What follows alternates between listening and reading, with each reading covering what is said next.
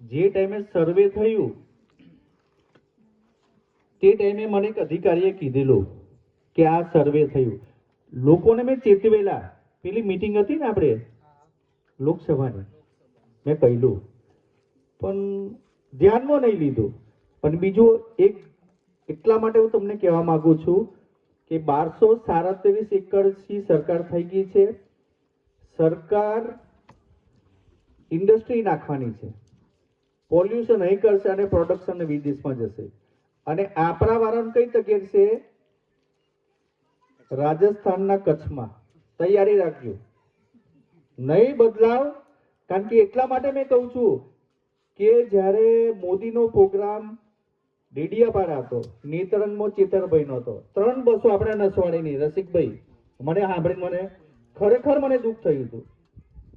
પૂછ્યું અમે, નહીં રિઝવાનભાઈ, તો કે અમને જમવાનું આપ્યું, પાણી આપ્યું, 500,000 રૂપિયા આપ્યા. તમે આપતા હોય તો અમે તમારી જોડે આવીએ. મને ખરેખર દુઃખ થયું. જ્યારે તમોને રાજસ્થાનની રણમાં ફેંકશે ને તો તમારું પાણી તઈ ઉતરી જશે, નીકળી જશે. તે દિવસે મને ખરેખર દુઃખ થયું કે આપણા ઉપર આવી વીતવાની છે, આપણા લોકોને તગેડી મૂકવાના છે, 17 રાજ્યના આદિવાસીને જંગલમાંથી કાઢી બી મૂકવાના છે. તમે હજી કઈ સદીમાં તમે જીવો છો? ખાવા પીવામાં માનો છો? અરે તમારા બાળકનું વિચારો કરો. આપણે આપણા જન્મભૂમિનો વિચાર કરો. આ પ્રકૃતિ આવી કોઈ જગ્યા નહીં મળે.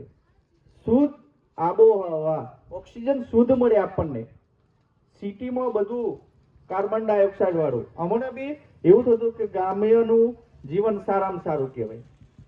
ઘણા સિટી વાળા કંટાળીને ગામડામાં આવે છે.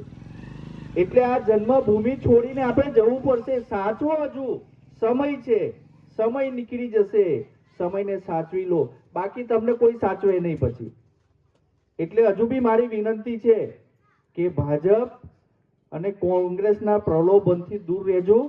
ખાવાનું પીવાનું લઈ લેજો, આપણા જ પૈસા છે, આપણને જ લૂંટા છે. વિસાવદરમાં જે વસ્તુ બની ત્યાંની પ્રજાએ બધું જ લઈ લીધું. વોટ નહીં આપવાના, બદલાવ કરી દીધો.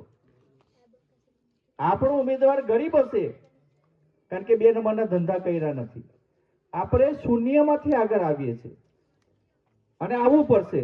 એટલે કોઈ અપેક્ષા રાખ્યા સિવાય ગોપાલભાઈને જે રીતે જીતાડ્યો વિસાવદરની પ્રજાએ, એ રીતે આપણે આપણા કોઈ બી ઉમેદવાર તાલુકા પંચાયત, જિલ્લા પંચાયત નો હોય એને જીતાડવાનો છે અને બધાને સાથ સહકાર આપવાનો છે.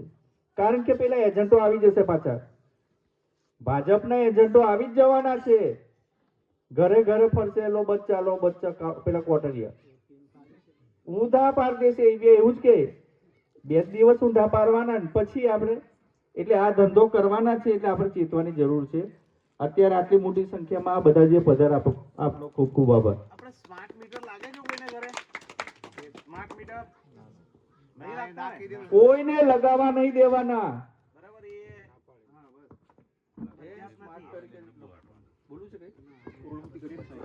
હાલો, હવે આપણા